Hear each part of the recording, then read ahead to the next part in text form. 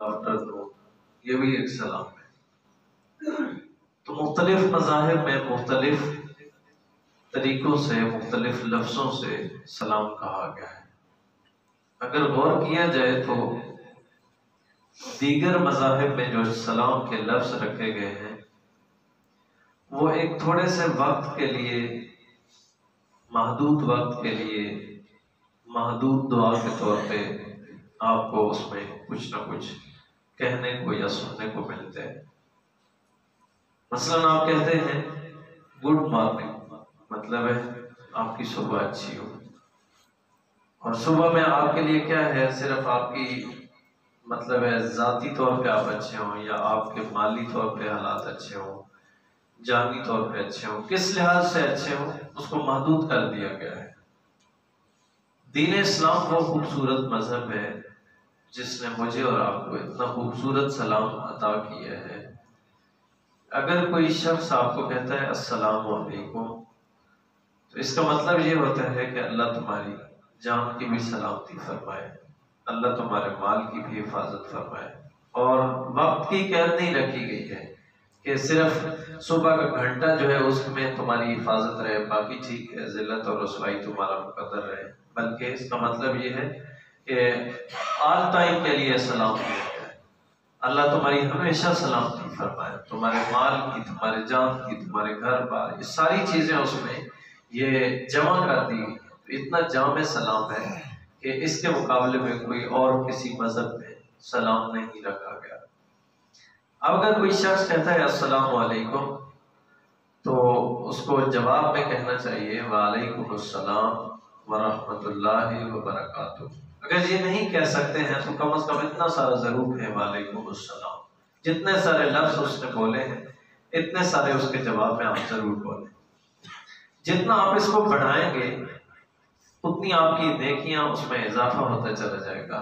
مثلا ورحمۃ اللہ یہ بڑھاتے ہیں تو 20، آگے وبرکاتہ تو 30۔ اس سے آگے جو سلام کے لفظ بڑھائے جاتے ہیں وہ ہمارے معاشرے کے من گھڑت لفظ ہیں، وہ ہم اپنے پاس سے بولتے ہیں، اور اس کو اب آہستہ آہستہ پکا کیا جا رہا ہے۔ جیسے آپ بولتے ہیں جنت و حلال ہو، دوزخ حرام ہو، اس قسم کے لفظ یہ ہمارے معاشرے کی ایک فطرت ہے۔ جو بھی آپ الٹا کام دیکھیں گے اس میں رش زیادہ، بھیڑ زیادہ، اس میں لوگوں کی دلچسپی زیادہ، نیک کام میں بہت کم۔ تو یہاں تک لفظ حدیث مبارکہ سے ملتے ہیں ورحمۃ اللہ وبرکاتہ۔ نبی رحمت صلی اللہ علیہ وسلم کا ارشاد گرامی ہے جو بندہ سلام میں پہل کرتا ہے اللہ اس کو تکبر کی بیماری سے بری فرما دیتے ہیں، اور یہ بیماری ہمارے ہاں عام ہے۔ ہمارے میں اکثریت افراد کی یہ سوچ ہوتی ہے کہ یار میں اس کو سلام کروں، یہ غریب آدمی ہے، یہ مزدور ہے، یہ فلاں جگہ پہ ریڈی لگ، میں اس کو سلام کروں، میں فلاں اتنے میری ٹاٹ باٹ ہے، اتنے لوگوں کے ساتھ اٹھنا بیٹھنا، میں اس کے ساتھ ملوں۔ تو اس وجہ سے کہا گیا ہے کہ سلام پہل کریں، اور یہ نبی رحمت صلی اللہ علیہ وسلم آپ اپنے عملی طور پہ پریکٹیکلی ہمیں یہ بتاتے تھے کہ سلام میں کس طریقے سے پہل کرنی چاہیے۔ ہم تو کسی غریب کو اپنے یعنی ہمارا ہم عمر ہو تو اس کو بھی سلام نہیں کرتے ہیں، لیکن اللہ کے محبوب کا طریقہ کار یہ تھا، پڑھیے صلی اللہ علیہ وسلم۔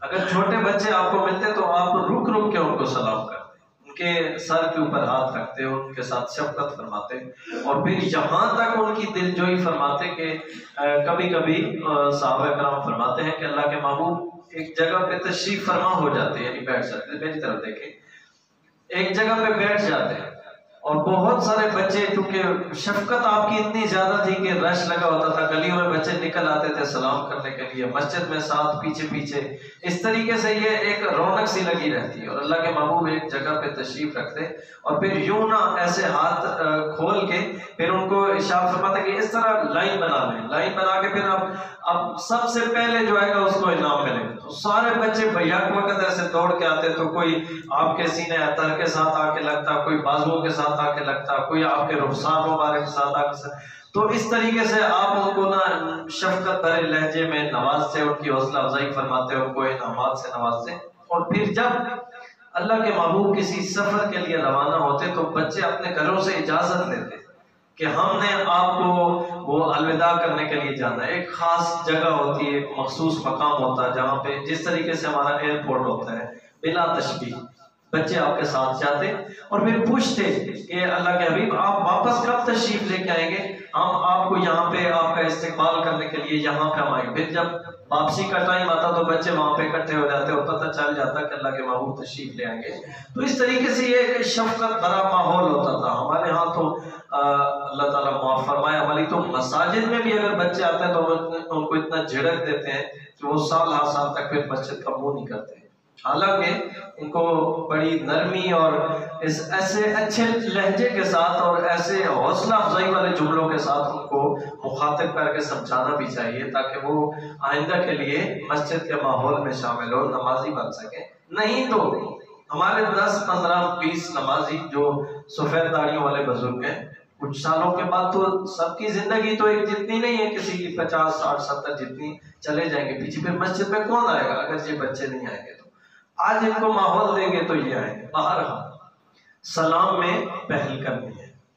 گلی میں جتنے شخص گزرتے ہیں، اللہ کے حبیب نے ارشاد فرمایا بلا کسی تفریق کے، پہچان کے، تعارف کے، میرا یہ چچا ہے، یہ میرا رشتہ دار ہے، یہ ان کے ساتھ میرا دکانداری کا تعلق ہے، اس کے ساتھ تو میں سلام کروں. باقی جو گزر جائیں جیسے ہماری حالت ہے، ہم سائڈ سے گزر جاتے ہیں، اس کو میں جانتی ہوں میں کیسے سلام کروں اس کو.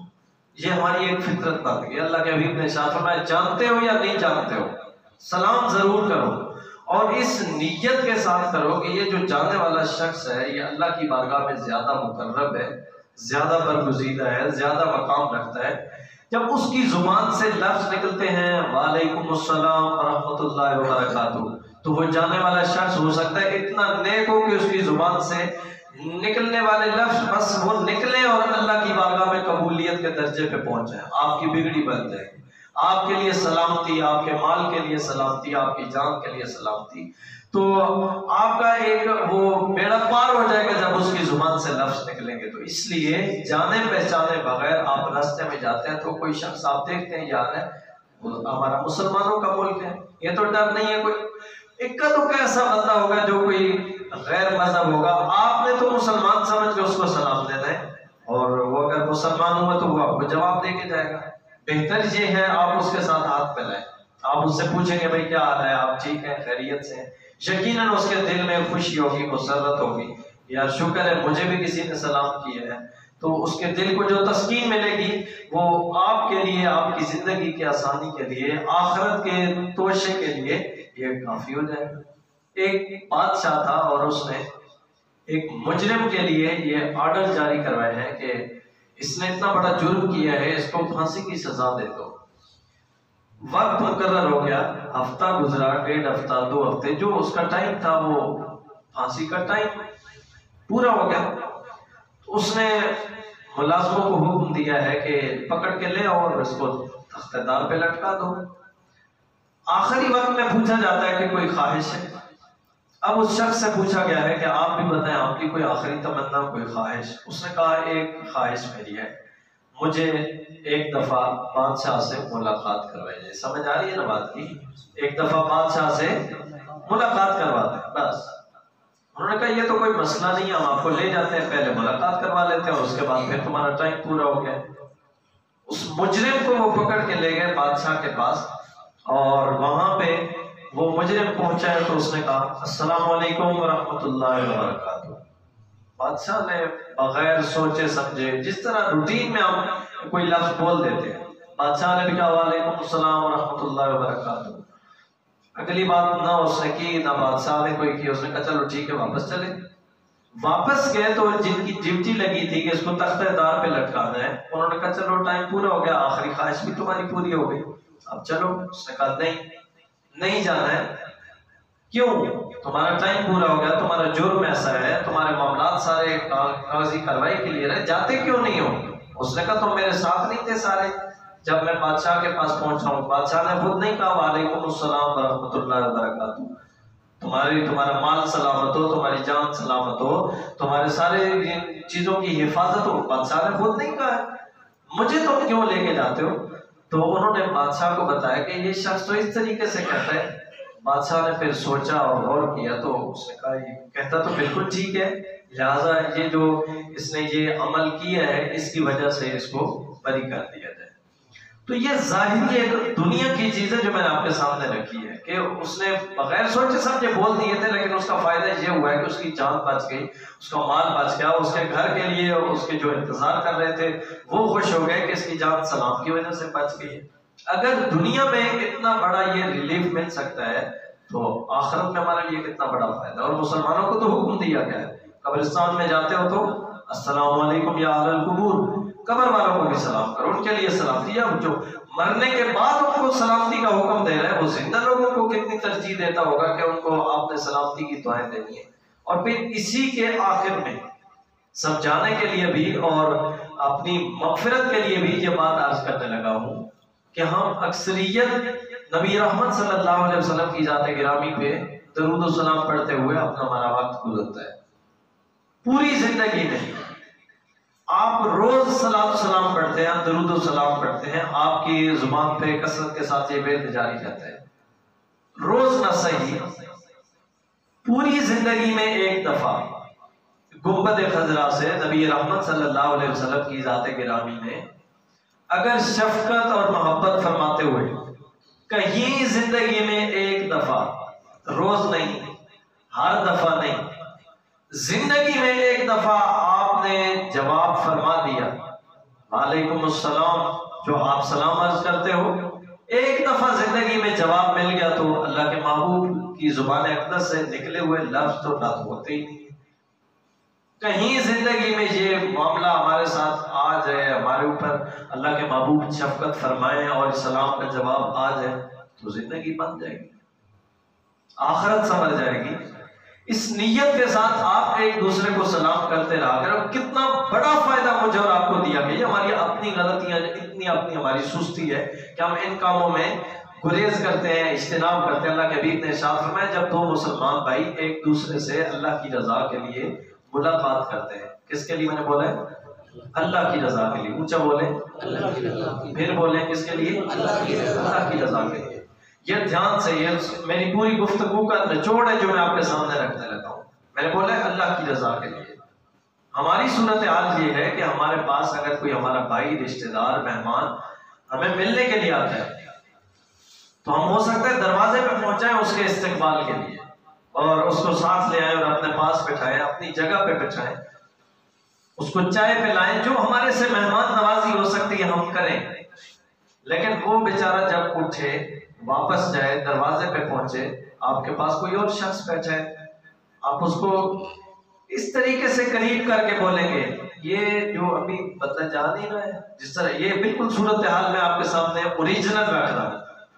بندہ ابھی تک دروازے پہ پہنچا نہیں ہے، راستے میں آپ پچھلے والے بندے کو بتاتے ہیں یہ جو بندہ جا رہا ہے نا یہ بڑا منافق بندہ ہے، اس کا کردار ایسا ہے، یہ اس کا اٹھنا بیٹھنا ایسا ہے، اس کے ساتھ بول چلنا رہا۔ آپ گئے ہیں، استقبال کیا دروازے پہ، چائے پلائی، کھانا کھلایا، چادریں بچھائی، اپنے پاس بٹھایا، گپ شپ لگائی، ابھی تک بیچارہ دروازے پہ نہیں پہنچے، اسی شخص کی جڑیں آپ نے کاٹی ہیں۔ وہ کدھر گیا آپ کا سلام، پھر اس کو گلے ملنا، اور جو جب بھی لگائیے اپنی جگہ پہ بٹھایا، جو خرچہ کیا وہ کدھر گیا آپ کا، ابھی تک تو وہ دروازے پہ نہیں پہنچا ہے۔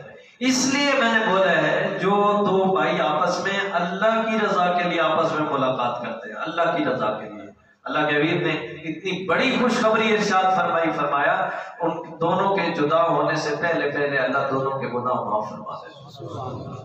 اب ہمارے دل سے منافقت نکلے تو یہ گناہ معاف ہوگا، اب وہ سلام ہم کریں تو تب، ہم مصافحہ وہ والا کریں تو تب، ہم وہ معانقہ کریں تو تب یہ ہمارے گناہ معاف ہوں اور ہم اندر باہر سے صاف ستھرے ہوں۔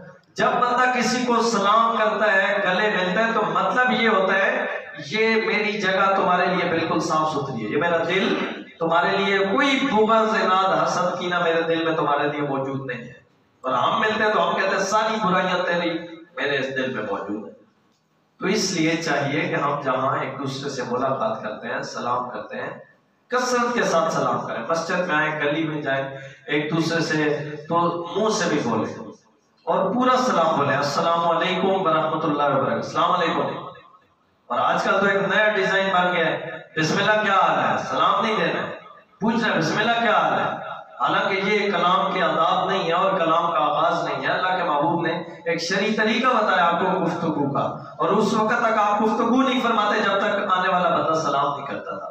تو یہ نئے نئے ڈیزائن کے سلام، نئے نئے لفظ جو اب طریقہ ایجاد ہو رہا ہے، اس کو چھوڑ کے آپ وہ والا سلام عام کریں، اور یہ حدیث مبارکہ کے لفظ ہیں، سلام عام کرو اور لوگوں کو کھانا کھلاؤ بغیر کسی تفریق کے، بغیر کسی جان پہچان کے۔